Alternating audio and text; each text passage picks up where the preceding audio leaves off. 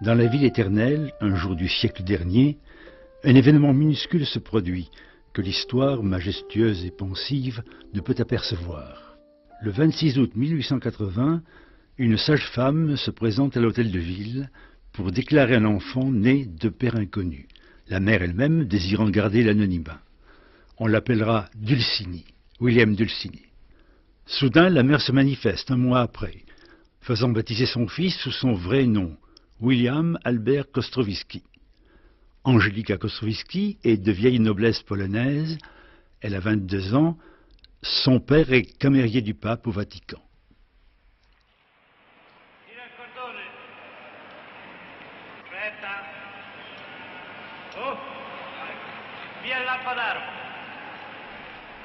Six ans après, William regarde les ouvriers qui volent le long des tours de Saint-Pierre de Rome.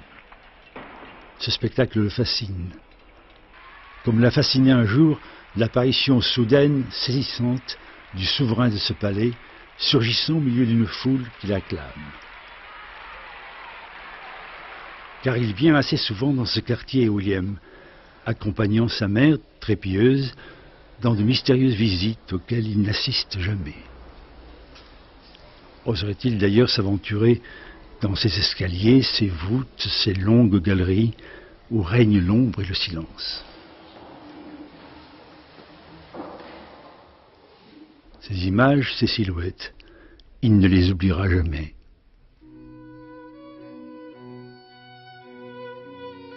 Voilà la jeune rue, et tu n'es encore qu'un petit enfant.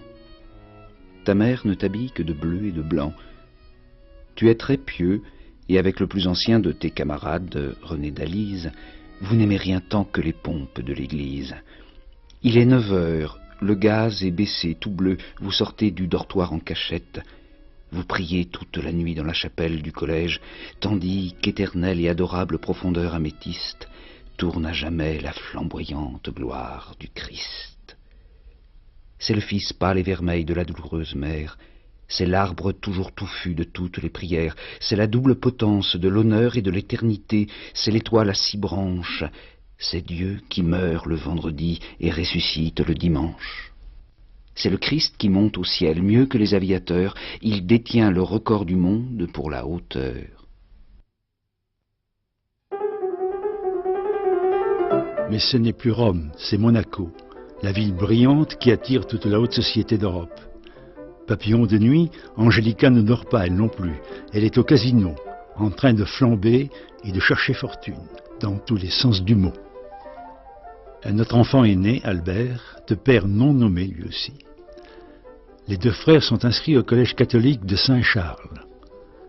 La chapelle entrevue est dans le corps du bâtiment. Il est certain qu'il a été un petit garçon très pieux, qui faisait partie des congrégations d'élèves telles qu'on en faisait à cette époque-là dans les collèges religieux. Il a même été secrétaire d'une de ces congrégations et il a tenu consciencieusement le registre des réunions. Ce registre se trouve actuellement à la Bibliothèque nationale de France.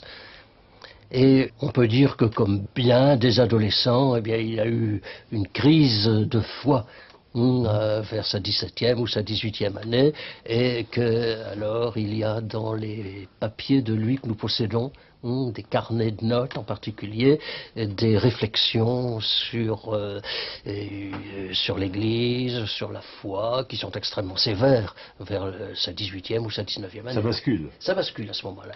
Ça bascule. D'où l'enchanteur pourrissant peut-être. Dans une certaine mesure, l'enchanteur pourrissant. Je crois que tout se tient là. Il y a une prise de conscience des réalités politiques. À l'époque, c'est l'époque de l'affaire Dreyfus. Et il y a une prise de conscience des réalités politiques. Il y a une prise de conscience également, à l'âge de 18 ans, des réalités de la vie, des problèmes financiers que pose l'existence. Et il y a également très tôt chez lui cette interrogation angoissante sur son identité. Et qui est mon père, très probablement, qui est ma mère, sans doute aussi. Sur elle, sur cette femme, l'épisode suivant est bien évocataire. Ils ont quitté Monaco, les voici tous 3 à Stavelot, dans les Ardennes belges. Pourquoi Stavelot? Parce que cette bourgade est à portée de main de Spa, la ville d'eau, où se trouve bien entendu un casino. Elle est venue jouer, c'est un échec. Les salles de jeu lui sont interdites. Quelques dossiers de police la suivent sans doute, ou la précèdent. Elle ira au stand tenter sa chance avant de revenir à Spa, et essayer encore. Les deux garçons sont installés dans l'auberge du village. Nous sommes l'été 99. Guillaume, c'est le nom français de William qu'il porte désormais. Guillaume découvre la forêt nordique et tombe amoureux de Marie, la fille de l'aubergiste, qu'il devra quitter précipitamment, car Albert et lui viennent de recevoir un ordre de leur mère. Il n'y a plus d'argent pour payer la pension, il faut partir à la cloche de bois. Elle indique le jour, l'heure entre chien et loup, la gare et le train qu'il faut prendre. Elle a compté aussi, il leur reste juste ce qu'il faut pour le voyage. Il n'est jamais question de discuter les consignes de cette mer étrange et indomptable.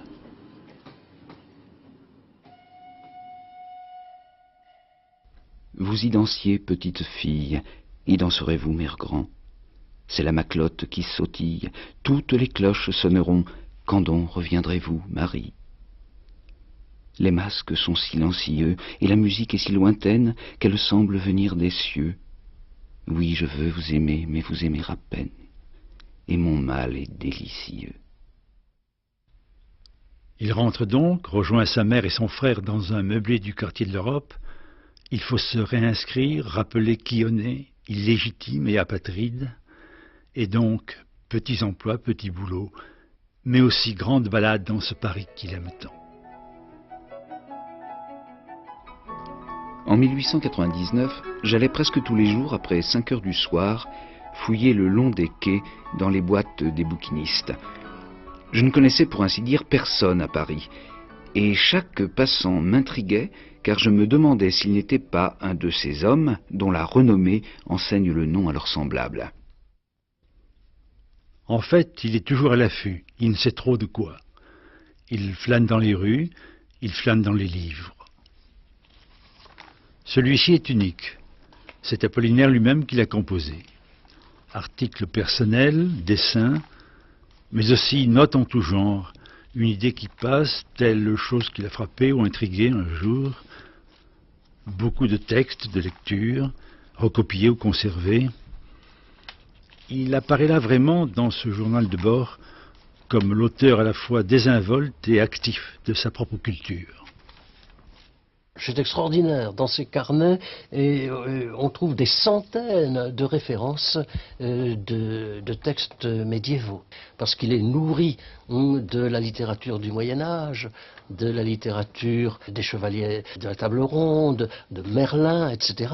Mais on trouve tout aussi bien, et ça c'est dans sa bibliothèque, des petits ouvrages pornographiques, mais de la plus basse fabrication que vous puissiez imaginer, mais certains, par exemple, italiens de la fin du XVIIIe siècle. Où a-t-il trouvé cela? Eh bien, on s'aperçoit qu'il a découvert en 1900, alors qu'il allait à la bibliothèque Mazarine, un livre qui est La vie d'Apollonius de Tyane.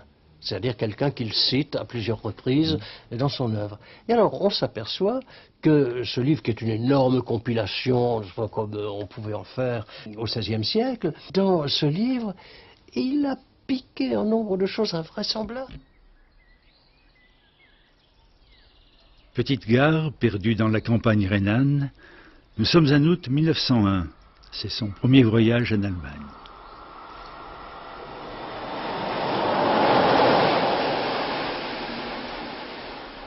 Papier d'identité en règle, il n'est pas encore corpulent, Guillaume rejoint son nouveau poste, précepteur de Gabrielle de Milhaud, fille d'une vicomtesse de Cologne. 100 francs par mois et voyage prévu dans toute l'Allemagne. Guillaume est ravi, l'inconnu toujours l'inspire.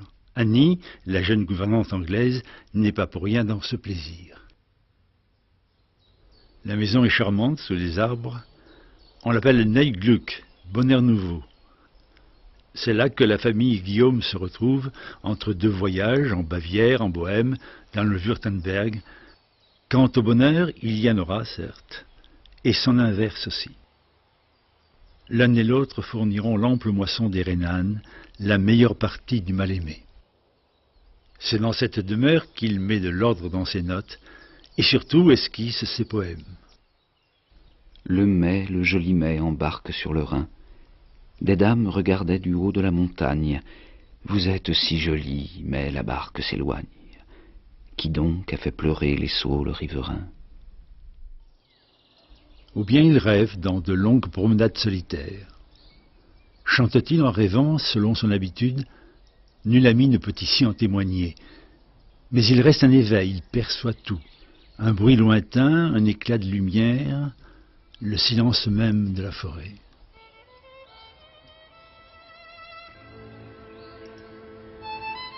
Ou bien, dans ce village aujourd'hui désert, telle conversation saisie au vol, un rire, le son d'une musique. Oui, tout est bon, n'importe quoi suffit pour mettre feu au réel, ce bois sec, et le changer en flamme vive.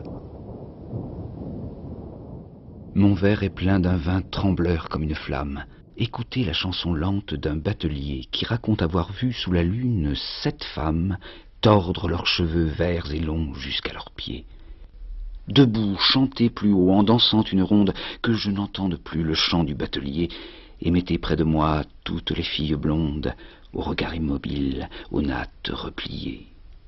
Le Rhin est ivre où les vignes se mirent, tout l'or des nuits tombe en tremblant s'y refléter. La voix chante toujours à en râle mourir ces fées aux cheveux verts qui incantent l'été. Mon verre s'est brisé comme un éclat de rire. Maintenant, il entraîne Annie dans ses promenades, raconte la forêt. Une idylle s'ébauche. Est-elle séduite? Peut-être. Sans doute. Ruines au bord du vieux Rhin, on s'embrasse bien dans votre ombre. Les mariniers qui voient de loin nous envoient des baisers sans nombre. La nuit arrive tout à coup, comme l'amour dans ces ruines. Du Rhin là-bas sortent le coup des Nibelungs et des Ondines. Mais l'empressement même de son soupirant l'effraie. Il est maladroit, excessif, il s'emporte même devant les retraits de la jeune femme. Brouille, réconciliation, l'amour naissant courbe bientôt sous la fatigue. Il se console en écrivant, espère encore, invente un jeu de rôle léger comme un mirage. Mon beau tzigane, mon amant, écoute les cloches qui sonnent. Nous nous aimions éperdument, croyant n'être vus de personne, mais nous étions bien mal cachés. Toutes les cloches à la ronde nous ont vus du haut des clochers et le disent à tout le monde. Demain, Cyprien et Henri, Marie, Ursule et Catherine, la boulangère et son mari, et puis Gertrude, ma cousine, souriront quand je passerai. Je ne saurai plus où me mettre. Tu seras loin, je pleurerai, j'en mourrai peut-être. Qu'est-ce qui provoque l'inspiration, soudain? Peut-être un jour cette vision d'anciens volcans qu'on appelle les 7 collines. Des légendes courent, il a lu Brentano et les autres, lui aussi reprend la Loreley à sa façon. Chevalier, laissez-moi monter sur ce rocher si haut pour voir une fois encore mon beau château, pour me mirer une fois encore dans le fleuve, puis j'irai au couvent des vierges et des veuves. Là-haut, le vent tordait ses cheveux déroulés, les chevaliers criaient « Loreley, Loreley ». Tout là-bas sur le Rhin s'en vient une nacelle, et mon amant s'y tient. Il m'a vu, il m'appelle. Mon cœur devient si doux, c'est mon amant qui vient. Elle se penche alors et tombe dans le Rhin. Pour avoir vu dans l'eau la belle Loreley, ses yeux couleur du Rhin, ses cheveux de soleil. Une autre fois, le voilà seul près de Munich, à la campagne. Le cimetière est un beau jardin, plein de saules gris et de romarins. Il vous vient souvent des amis qu'on enterre. Ah, que vous êtes bien dans le beau cimetière, vous, mendiants, morts sous de bière, vous les aveugles comme le destin, et vous, petits enfants morts en prière. Ah, que vous êtes bien dans le beau cimetière, vous, bourgmestres, vous, bateliers, et vous, conseillers de régence, vous aussi, tziganes sans papier, la vie vous pourrit dans la panse, la croix vous pousse entre les pieds.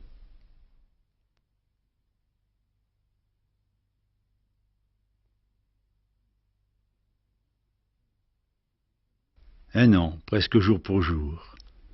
Mentalement, il est parti déjà. Déjà, les souvenirs remplacent les présents disparus. Chagrin profond, lourde moisson et lourde peine. Mon beau navire, ô ma mémoire, avons-nous assez navigué dans une onde mauvaise à boire? Avons-nous assez divagué de la belle aube au triste soir? Adieu, faux amours confondus avec la femme qui s'éloigne, avec celle que j'ai perdue l'année dernière en Allemagne et que je ne reverrai plus. Voie lactée, ô sœur lumineuse, des blancs ruisseaux de Canaan et des corps blancs des amoureuses, nageurs morts, suivrons-nous d'Ahan ton cours vers d'autres nébuleuses? Mais en vérité, je l'attends, avec mon cœur, avec mon âme, et sur le pont des reviens-t'en, si jamais revient cette femme, je lui dirai, je suis content. Mon cœur et ma tête se vident, tout le ciel s'écoule par eux. Ô mes tonneaux des Danaïdes, comment faire pour être heureux comme un petit enfant candide? Parfois, pour raconter, il faudrait pouvoir parler à plusieurs voix, tant les événements, les activités, les sentiments se superposent. Rentré donc à Paris, Apollinaire, comme on dit, n'arrête pas. Il trouve assez vite un emploi dans une officine près de la Bourse. En même temps, il est écotier à Tabarin, hebdomadaire politique, satirique et financier. Bientôt, il assiste aux soirées de la Plume, où chacun lit ses vers. Et là, fait connaissance d'Alfred Jarry et du poète André Salmon, qui deviendra ami fidèle. Guillaume Apollinaire, débutant à la Plume, se présentait sans vanité, peut-être timide même, mais cependant avec quelle naturelle allure de conquérant. La même année, en novembre, il fonde sa première revue, Le Festin d'Ésope. Le même mois de cette année, il part pour Londres tenter de reconquérir Annie. Ainsi l'esprit et le cœur vont chacun leur chemin dans une disponibilité étrange et permanente. En 1904, il refera encore le voyage de Londres, et cette fois, rupture définitive, Annie épouse un peintre en toute hâte et s'embarque pour l'Amérique. Ce n'est certes pas aussi vite qu'il l'oublie. Juin, ton soleil, ardente lyre, brûle mes doigts endoloris. Triste et mélodieux délire, j'erre à travers mon beau Paris, sans avoir le cœur d'y mourir. Mais en 1904 aussi, la famille Apollinaire aménage au Vésinet. J'ai connu le propriétaire, j'ai interviewé le propriétaire. Encore, il m'a écrit 10 pages sur ça là-dessus. C'était marrant parce qu'il avait une vue de Madame de Kostrovitsky très personnelle. Elle le terrorisait, ce pauvre homme. Il allait pour recevoir ses loyers, il ne recevait rien du tout que des engueulades et il repartait. Ah, il n'était pas commode, hein. Le dimanche, en se promenant, Guillaume rencontre vers Chatou deux fortes natures, deux colosses joviaux. André Derain, peint par Vlaminck, et Maurice de Vlaminck, peint par Derain. Ceux-là même qui deviendront, avec Matisse, les maîtres du fauvisme. J'ai toujours défendu ceux qu'on devait appeler les fauves. J'entends les vrais, c'est-à-dire les premiers. Et encore la même année, 1904, il rencontrera Max Jacob et Picasso. Ils deviennent tout de suite amis, parce qu'il y a un choc. Alors, surtout Apollinaire était assez extraordinaire, et physiquement, et dans ce qu'il disait, et puis il avait une espèce de gaieté, d'humeur. Enfin, c'est un personnage qu'on ne pouvait pas ignorer quand on le rencontrait. J'ai vu un type extraordinaire, dira Picasso après leur première rencontre. Pourtant, rien ne les différencie plus que leur apparence. L'un est en costume 3 pièces, l'autre en ouvrier ou bien en bleu de chauffe. Le premier a le bonheur des mots, le second parle à peine français, mais ils ont en commun le même goût de la nouveauté et de la liberté, l'envie de refaire le monde. Pendant 15 ans, ils ne cesseront guère de se voir, de parler, de s'écrire.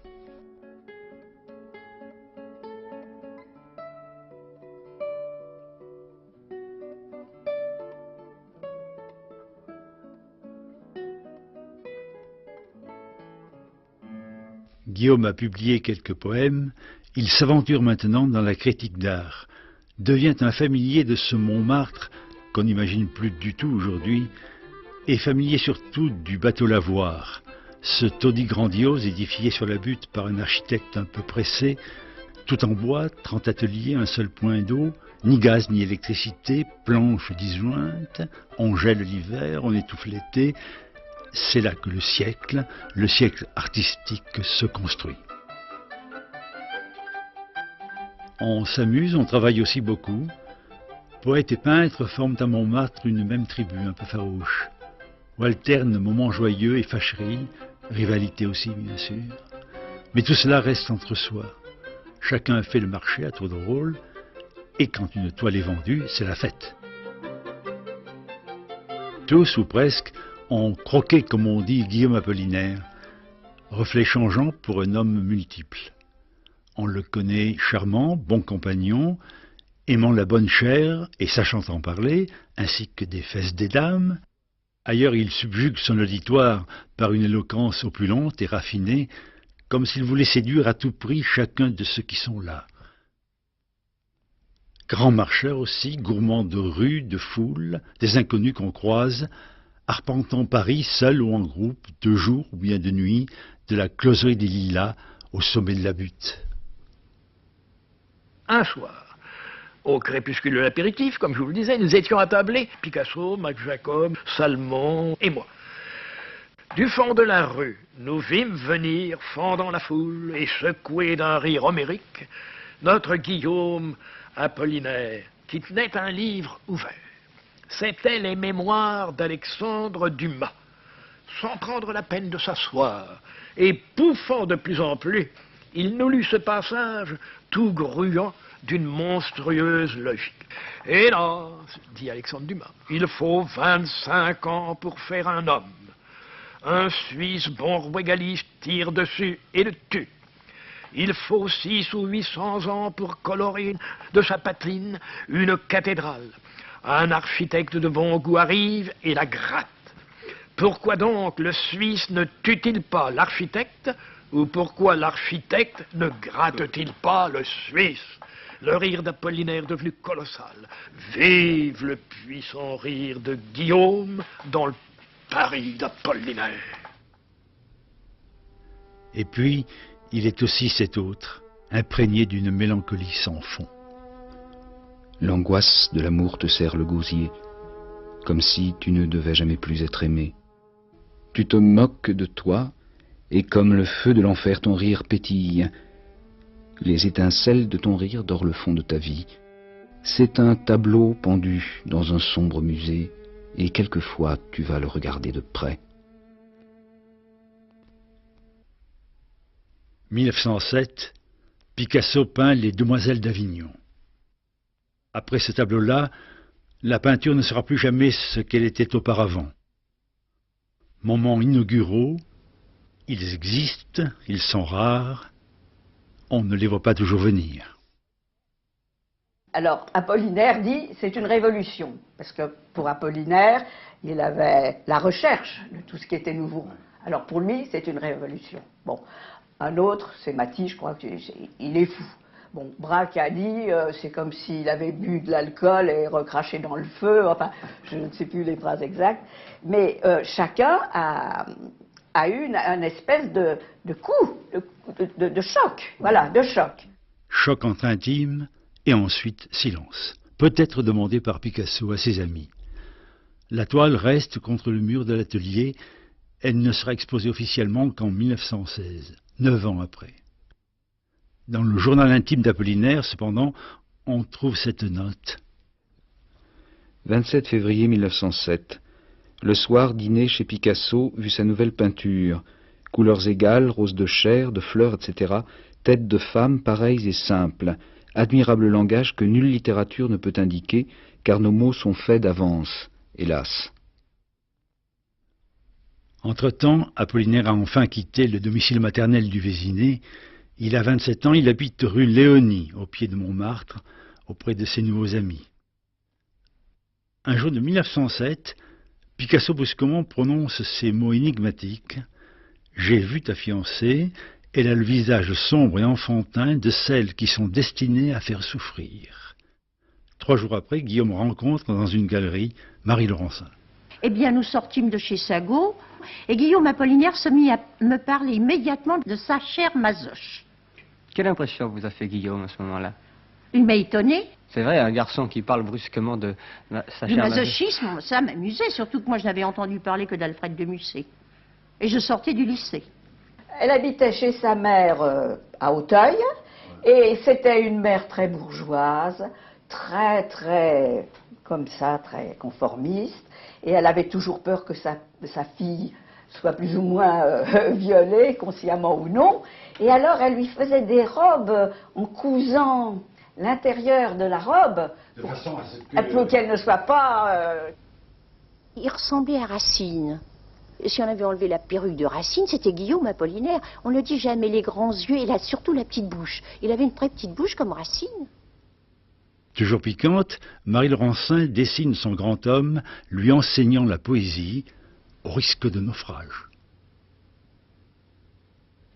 Le premier tableau qu'il y a eu, dont on a parlé, c'est un tableau qui représentait Guillaume Apollinaire, Picasso, la femme de Picasso, moi, et puis Kremitz, un poète, et puis un ange aussi. Il y avait des anges en ce temps-là.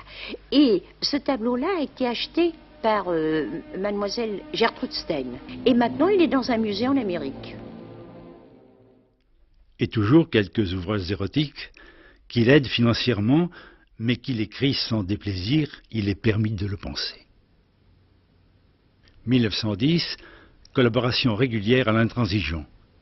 Délivré des besognes alimentaires, il vit désormais de sa plume. Publie l'Hérésiarque et compagnie, ce qui lui permet de rencontrer Blaise Cendrars. L'ouvrage a tellement séduit le jeune poète qu'il a volé le livre à l'étalage. Apollinaire, émerveillé, le tire de prison et déjeune avec lui. Ils resteront amis longtemps avant de devenir rivaux. Nous sommes en 1909. Quelle soirée! Un tableau, portrait de femme, et son auteur, Henri Rousseau, sont à l'honneur. Voici l'histoire.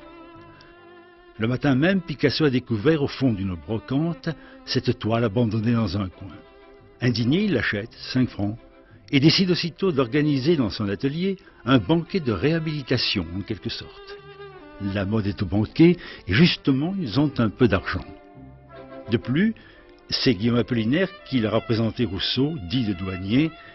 Tous sont goûtés la fraîcheur, l'ingénuité, la liberté totale qui s'exprime dans cette œuvre. Si quelque ironie se cache ici ou là, elle est vite noyée dans l'ambiance bruyante et amicale. Rousseau pleure, puis il rit, puis il joue du violon. Apollinaire tire un poème à bout portant. Nous sommes réunis pour célébrer ta gloire. Ces 20 cantons d'honneur, nous verse Picasso, buvons-les donc, puisque c'est l'heure de les boire, en criant tous en chœur « Vive, vive Rousseau !» Sans cette soirée mémorable, sans Picasso et sans Apollinaire, la postérité se souviendrait-elle du nom du douanier? L'affaire des statuettes du Louvre a marqué Apollinaire bien au-delà des faits eux-mêmes. Son secrétaire, Gilbert Pierret, a dérobé presque par jeu des statuettes phéniciennes qu'il a cachées chez son patron. Picasso en a vu une aussi. Et ils sont très embêtés, tous les deux, ils ne savent pas quoi en faire. L'histoire veut qu'ils essaient d'aller jeter ces fameuses statuettes dans la Seine et qu'ils vont la nuit et ils ont l'impression qu'on les suit, alors ils n'osent pas, ils reviennent et finalement Apollinaire a l'idée burlesque ou naïve, comme vous voudrez, de les confier au directeur du journal où il travaillait, au directeur de l'Intransigeant. Qui a fait son scoop, comme on dirait aujourd'hui. Et alors, il a suffi de 2 heures à la police pour arriver chez Apollinaire. Et alors, il est arrêté. Alors, juge d'instruction trop heureux de mettre la main sur un coupable possible, l'arrête. Et il reste 5 jours en prison, à la santé. Dans une fosse comme un ours, chaque matin je me promène. Tournons, tournons, tournons toujours. Le ciel est bleu comme une chaîne. Dans une fosse comme un ours, chaque matin je me promène. Avant d'entrer dans ma cellule, il a fallu me mettre nu. Et quelle voix sinistre ulule. Guillaume, qu'es-tu devenu? Le Lazare entrant dans la tombe au lieu d'en sortir comme il fit. Adieu, adieu, chantante ronde. Ô mes années, ô jeune fille. Apollinaire venait de sortir de prison dans un état de désarroi moral qui faisait pitié. Cet internement de quelques jours avait été pour lui une dure épreuve. Comment la lui faire oublier?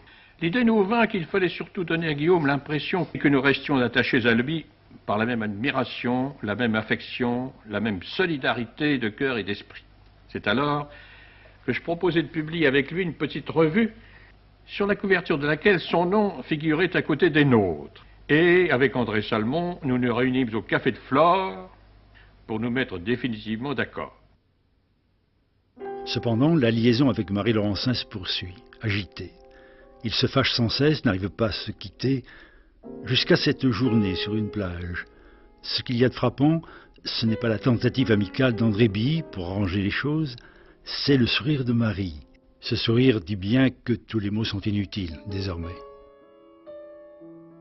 Remarquons-le, son poème le plus connu, le plus chanté, ne comporte aucun nom de femme, aucun prénom.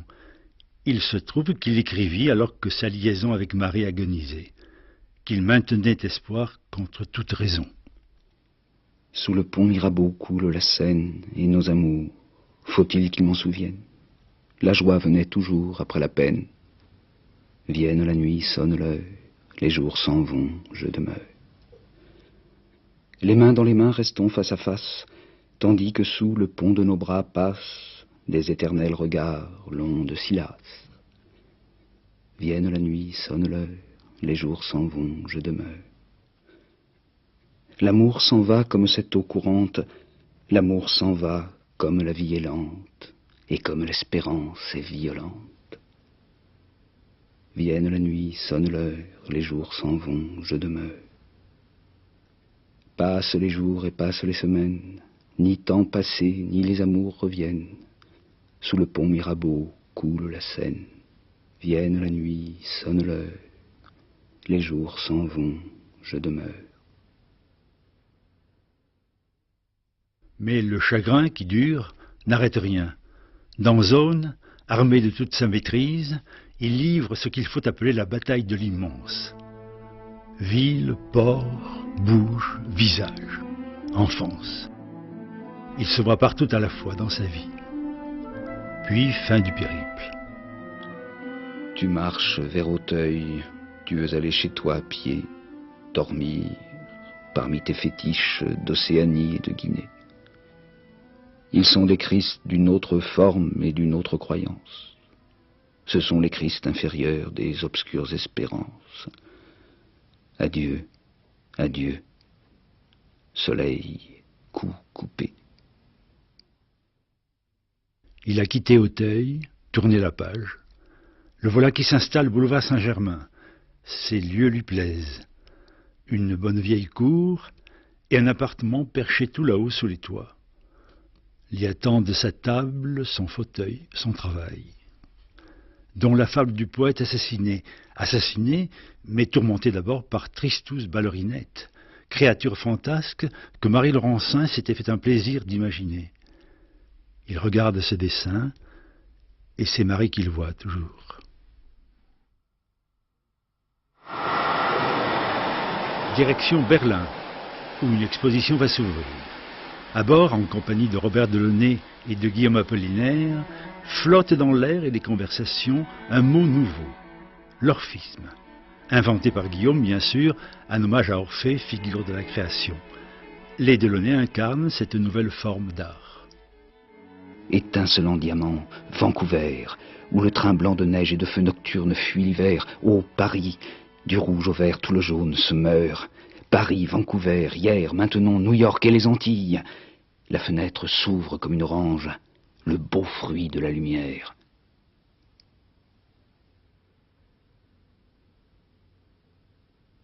On publie le recueil de ses méditations esthétiques autre titre du même ouvrage. Je suis heureux de répéter ici ce que je n'ai cessé d'écrire, qu'à mon sens, ce qu'on a voulu appeler le cubisme est la manifestation artistique la plus élevée de notre époque. Cette déclaration d'Apollinaire est au centre de la polémique violente qui oppose, dans ces années 1910, l'art nouveau au conservatisme de tout genre. Le Salon des indépendants de 1910, avec la salle consacrée aux peintres cubistes, a provoqué un scandale politico-artistique qui est allé jusqu'à une interpellation au Parlement. Les injures pleuvent.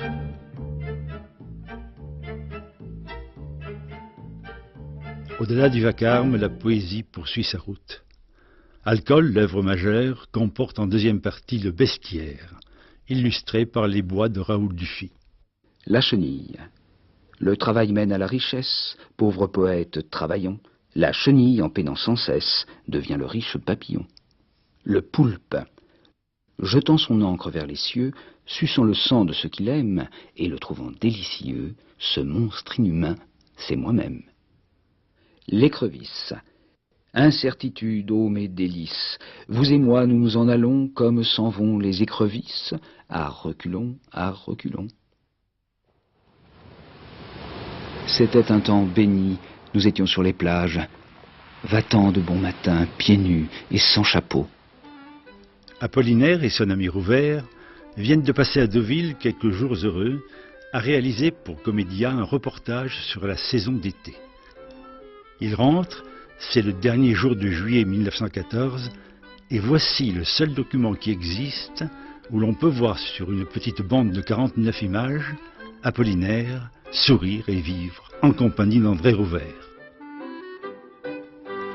Le 31 du mois d'août 1914, je partis de Deauville un peu avant minuit dans la petite auto de Rouveyre. Avec son chauffeur, nous étions 3. Nous dîmes adieu à toute une époque. Et quand, après avoir passé l'après-midi par Fontainebleau, nous arrivâmes à Paris, au moment où l'on affichait la mobilisation, nous comprîmes, mon camarade et moi, que la petite auto nous avait conduits dans une époque nouvelle. Et bien qu'étant déjà tous deux des hommes mûrs, nous venions cependant de naître. Nous venions de naître. Expression étonnante. Pour Apollinaire, la guerre, c'est d'abord un monde nouveau, des aventures, des rencontres. Un monde neuf qui l'aidera peut-être à fuir le souvenir qui le poursuit, car il veut s'engager, et pour une autre raison aussi. Devenir soldat dans l'armée française, c'est se rapprocher de cette nationalité française après laquelle il court depuis si longtemps.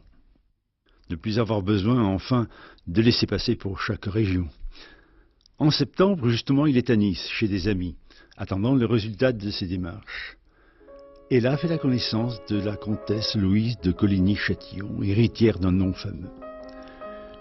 Les gazettes la voient spirituelle, dégagée, frivole, énervée, un peu éperdue en quelque sorte.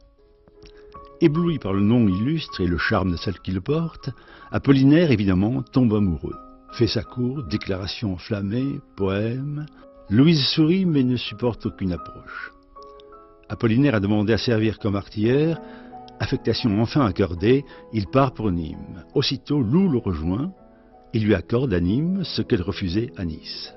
Semaine ardente, Apollinaire se croit au comble du bonheur. Mais Louise, Lou, comme on l'appelle, se lasse brusquement et repart pour la côte. Elle répondra plus que distraitement aux lettres et aux supplications de son amant de quelques jours. Il est des loups de toutes sortes. Je connais le plus inhumain. Mon cœur, que le diable l'emporte et qu'il le dépose à sa porte, n'est plus qu'un jouet dans sa main. J'en ai pris mon parti, Rouveyre, et monté sur mon grand cheval, je vais bientôt partir en guerre, sans pitié, chaste et l'œil sévère. Avril 1915. Guillaume est au front, il pense à Lou sans illusion, mais les souvenirs de la passion physique le tourmentent. C'est tout de même malheureux d'être privé de toi. Le désir, au fur et à mesure qu'il s'accroît, devient un supplice. Je te couvre de baisers partout. Je remonte le long du mollet que je mordille, tes belles cuisses. Je m'arrête au centre et parcours longtemps de la langue la cloison qui sépare tes deux trous adorés.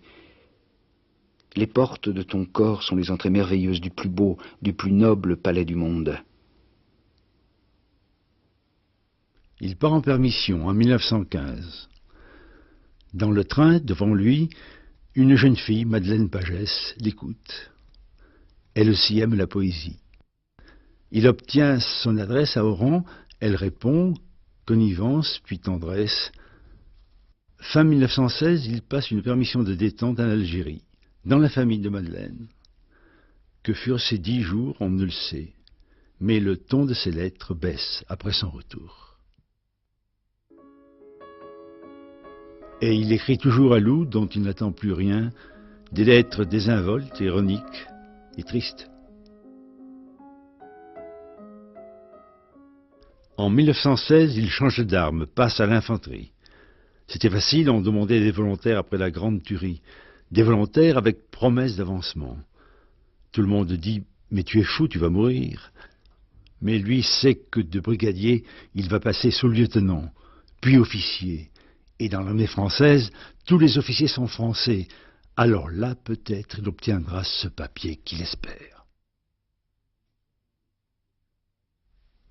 Dans les tranchées de Champagne, on le voit gai, disponible, pourvu d'un courage tranquille. Il a 34 ans, près de lui des recrues de 20 ans, et ça le rajeunit. Seul parmi les écrivains combattants, il aura le cœur de rester totalement poète, libre de voir ce qu'il veut au-delà du réel. Celui à qui les dangers ont imprimé une exaltation non pas guerrière ni chauvine, mais dionysiaque. Que c'est beau, ces fusées qui illuminent la nuit. Elles montent sur leur propre cime et se penchent pour regarder. Ces danseuses surdorées appartiennent à tous les temps et à toutes les races. Elles accouchent brusquement d'enfants qui n'ont que le temps de mourir. Comme c'est beau, toutes ces fusées. Mais ce serait bien plus beau s'il y en avait plus encore. S'il y en avait des millions qui auraient un sens complet et relatif comme les lettres d'un livre. Pourtant, c'est aussi beau que si la vie même sortait des mourants. Dans les abris, près de lui, ces jeunes fantassins. Vers un village de l'arrière s'en allaient 4 bombardiers. Tous 4 de la classe 16 parlaient d'antan, non d'avenir. Ainsi se prolongeait la 16 qui les exerçait à mourir. Certains ont la moitié de son âge, parfois moins. Et d'un côté comme de l'autre, on partage les mêmes rêves. Tandis que nous n'y sommes pas, que de filles deviennent belles. Voici l'hiver, et pas à pas, leur beauté s'éloignera d'elles.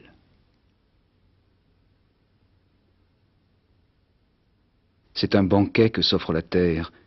Elle a faim et ouvre de longues bouches pâles. Qui aurait dit qu'on pût être à ce point anthropophage et qu'il fallut tant de feu pour rôtir le corps humain? Le 17 mars 1916, dans une tranchée devant Berry-au-Bac, un éclat d'obus perce son casque, alors qu'il lisait le dernier numéro du Mercure de France. 8 jours avant, il avait obtenu enfin la nationalité française. Convalescence longue, difficile. Il doit être trépané. Il a mis fin, comme par fatigue, à ses fiançailles avec Madeleine. Sa blessure lui vaut la croix de guerre et le titre d'un poème, Tristesse d'une étoile. Une belle Minerve est l'enfant de ma tête, une étoile de sang me couronne à jamais. La raison est au fond et le ciel est au fait du chef où dès longtemps déesse tu t'armais. Peu à peu, les soins dont on l'entoure lui rendent le goût de la vie. La rencontre fortuite d'une jeune femme va l'y aider. Jacqueline Kolb, Ruby pour ses amis, est gracieuse, un peu mélancolique, mais si douce. Elle deviendra sa femme et la dernière de sa vie. Ne sors plus de chez moi, diamant qui parlait. Dors doucement, tu es chez toi, tout appartient. Mon lit, ma lampe et mon casque troué. Le voilà reparti. Il reprend ses travaux littéraires et son métier de journaliste, celui qui toujours l'a fait vivre. Des jeunes poètes l'entourent maintenant. Ils en ont André Breton, Pierre Reverdy, Philippe Soupeau, Jean Cocteau. Pour eux, Apollinaire est le maître de la génération nouvelle. on se réunit à Montparnasse, où la rotonde est devenue Cénacle rive gauche. En janvier 1918, sortie des Mamelles de Tirésias. Apollinaire appelle ça « drame surréaliste ». Le terme restera dans les lettres avec le succès que l'on sait. Mi-avril, calligramme. C'est un jeu. Les mots sont disposés de façon à représenter ce dont ils parlent. Le 2 mai, il épouse Jacqueline Kolb, la jolie rousse. Vacances heureuses sur la côte bretonne. À l'automne, la grippe espagnole sévit à Paris. Il la contracte.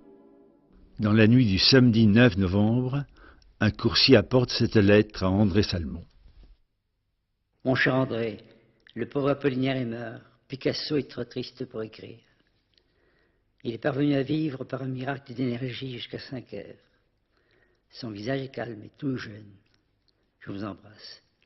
Jean Cocteau. Mort le 9 novembre, il est inhumé le 13 novembre 1918. Paris n'en finit pas de fêter l'armistice. C'est donc dans le tumulte et la liesse générale que le convoi funèbre se glisse, passant pratiquement inaperçu. On entend même, paraît-il, des cris « À bas Guillaume !» C'est évidemment de l'autre qu'il s'agit, du Kaiser. Apollinaire aurait fait un conte avec cette histoire. Je lègue à l'avenir l'histoire de Guillaume Apollinaire, qui fut à la guerre et sut être partout. Dans les villes heureuses de l'arrière, dans tout le reste de l'univers, dans ceux qui meurent en piétinant dans le barbelé, dans les femmes, dans les canons, dans les chevaux, au zénith, au nadir, aux 4 points cardinaux, et dans l'unique ardeur de cette veillée d'armes. Mais riez, riez de moi, hommes de partout, surtout gens d'ici, car il y a tant de choses que je n'ose vous dire, tant de choses que vous ne me laisseriez pas dire. Ayez pitié de moi.